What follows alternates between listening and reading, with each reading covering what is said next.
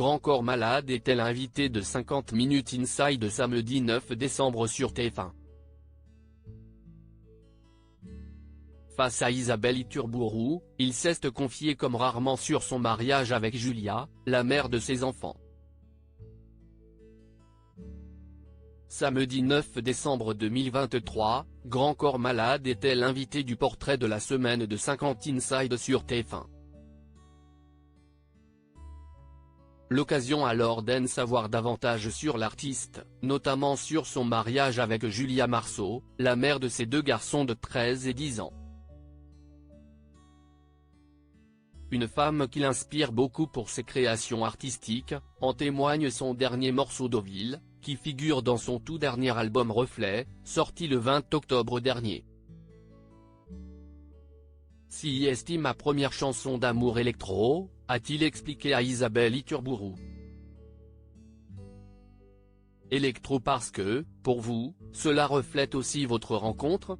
S'est alors demandé la journaliste et compagne de Maxime Nucci, avant d'ajouter quelques secondes plus tard, parce que quand on vous écoute, on a vraiment l'impression que cette histoire d'amour, elle est parfaite.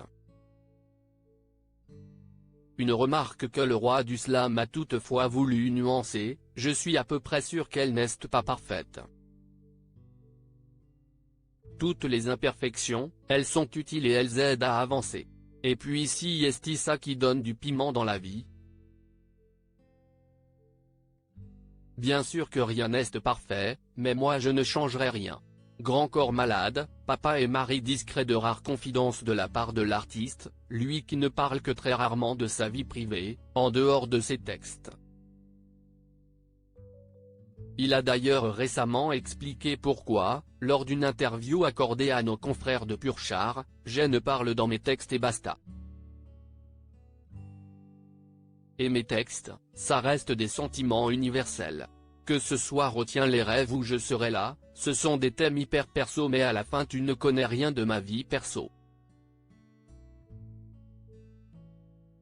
Ce sont des sentiments que chacun peut s'approprier. Même les prénoms de mes enfants, j'essaie que ça ne sorte pas.